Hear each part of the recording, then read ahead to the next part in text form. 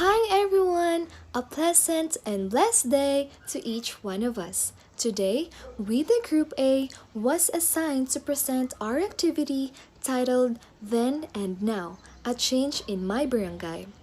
That defines then and now of each topic, social, cultural, political, and economic.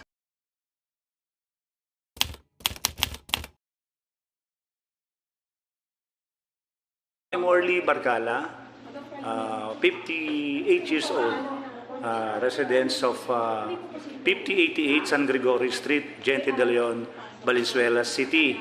So, ngayon ako po ang acting barangay secretary. That's all. Ilang years na po kayo sa pagiging barangay secretary po? So ano lang, wala pang years. Actually, since na naupo si Kapbong last November 21. Ayun po. So far po na pagiging barangay secretary. So, yung first question po namin is, what do you think is the biggest cause of social change po in this barangay? So far, ngayon, ang laki ng pagbabago. Why? Because of some of the problems of barangay ay nakikita naming maresolbahan ng kauupo lang na punong barangay. For example, yung peace and order, basura, yung traffic, of course, at yung mga baradong kanal. Iyan yung mga nakikita kong maresolbahan kaagad pag-upo ng pag-take over ng aming kapitan sa kanyang 100 days. Okay. Yeah. So, next question po is, how do you think can social change affect our community po? Malaki so far. For example, as far as peace and order concern, daming mga batang, alam natin, mga tawag dito, batang hamog, mga out of school youth na magulo or pasaway sa ating lipunan. So siguro dapat bigyan din natin ng pansin. Hindi kasi sila mga suspect eh. Sila yung mga victim. For example, yung broken family, kaya sila ganyan, yung mga kaya nagkakaganyan, may iba napupunta kung saan bisyo. So kailangan siguro dapat maging maging ang kampanya natin dyan sa peace and order ay talaga namang as much as possible dapat 100% ang pag-aano mo sa pamamagitan ng paglalagay ng mga barangay tanod sa bawat street, sa bawat purok. Yan ang magiging reason or a way para ma-prevent natin yung problema sa kabataan. Hindi naman sa lahat, lalo-lalo na yung mga hindi nag-aaral. So, and follow-up question lang po, ano po sa tingin nyo yung pinaka-epekto ng mga social change po in this community po, in this barangay? So malaki, for example, kagaya niyan, yung hanap buhay, yung kabuhayan, at talagang malaki po ang naging epekto niyan, lalo na sa panahon ngayon ang bilihin sobrang taas. At saka siguro dapat pagtuunan ng pansin yung kabuhayan. Isa yan sa mga dahilan kung bakit nagbabago ang social sa atin dahil dyan nga sa kawalan minsan ng hanap buhay.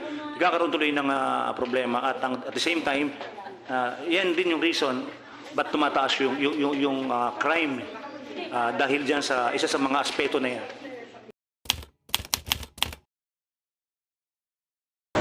Good morning, ma'am. Our deep gratitude for letting us interview you despite of your busy schedule po. We truly appreciate it. We're just going to ask you a few questions with regards in our activity titled Then and Now, a change in our progress in my barangay. Our first question po is, what society do we have in this barangay 50 years ago and compare to our present community in terms of culture, tradition, norms, and values?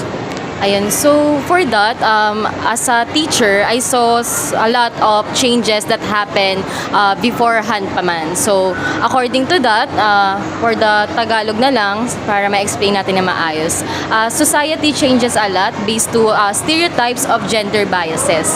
So according to that, nagkakaroon tayo ng mga gender biases kung ano yung mga pinaglalaban natin as individual. So in case sa society natin, nagkakaroon din tayo ng mga paniniwala or mga beliefs, lalong-lalo na yung mga norms and values natin. Kung ano tayo, yung kinakatayuan natin as a human being. Lalong-lalo na yung tradition natin ngayon, nakikita ko yung mga kabataan ngayon is hindi na sila nagbe-base sa standard ng kanilang mga parents. So by that, nagkakaroon tayo ng changes din sa mga tradition way natin na nasasanay tayo na dati parents yung nagde-decide for us. But now, as a youth today, nakikita ko, meron na tayong sariling opinion sa mga bagay-bagay, lalo na in terms of politics. May mga kanya-kanya na tayong opinion when it comes to environmental problem, ourselves, lalong-lalo na yung mga mental health natin. And then, sa culture naman, hindi pa rin naman nawawala sa atin as a Filipino yung pagiging hospitable natin as individual. Yung mga culture natin is nabibuild pa rin natin, lalong-lalo na nakikilala na yung mga sports natin, yung mga sports people natin, kinikilala na sa mga ibang bansa. Lalong-lalo na yung mga arts natin. Kinikilala na din yung mga culture natin in terms of galing natin as a Filipino. So, ayun na.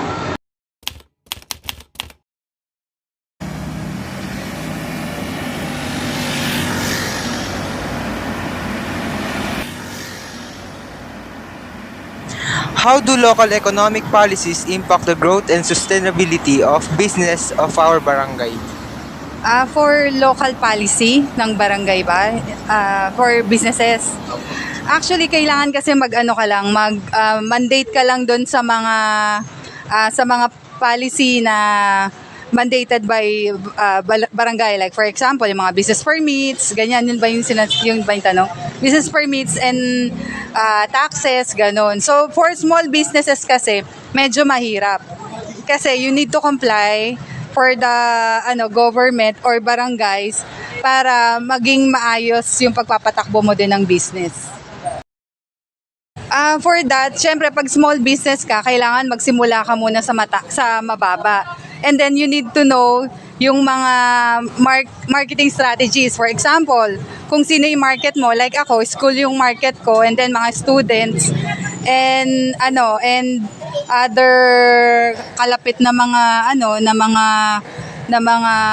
mga school. So ako, ang tinda ko like juices, fries, burgers, ganyan. So yung marketing strategy. Kasi ngayon, kailangan talagang marunong kang dumiskarte sa mga business. Like ngayon, tabi-tabi dito ng mga paninda, so minsan pare-pareho. So kailangan mag-iisip ka rin ng panibagong business mo or additional na pwede mong ibenta at the same time na wala dun sa iba. So, for global, yun nga, pag lumaki yung small business mo, lalaki siya in the near future, so makakatulong ka sa economic. Ayun.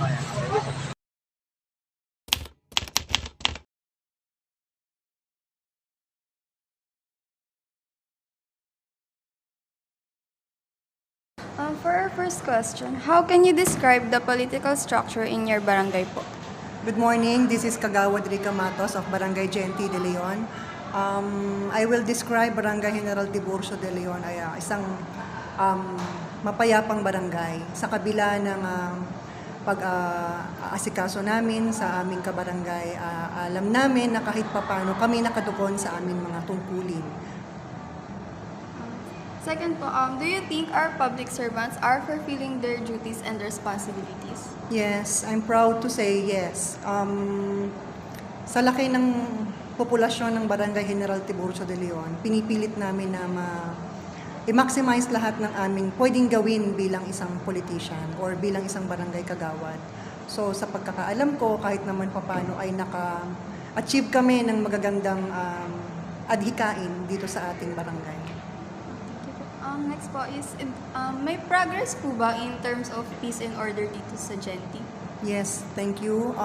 Yes, I will say yes kasi napanatili natin ang kapayapaan sa Barangay General Tiburcio de Leon. Isang good example sa isa sa mga nagawa namin yung daily roving ng ating mga tanod, barangay police. Gabi-gabi yan, umiikot sila, rumuronda sila sa kahabaan po ng GNT at sa mga sulok-sulok, especially po sa mga depressed area. May mga minimal po na mga issues, gaya mga pag-aaway or mga away mag-asawa, iba't ibang issue. Pero hanggat maaari po, kaya po namin tugunan ang lahat po ng pangangailangan po, especially sa peace and order ng ating barangay. Next po, may pros and cons po ba sa tingin niyo yung mga ordinance and rules and regulations na implemented po dito sa barangay? Yes, may Pros and cons. naman. Lahat naman ng bagay eh. Pag nag-implement ka ng batas, siyempre kailangan mong sundin.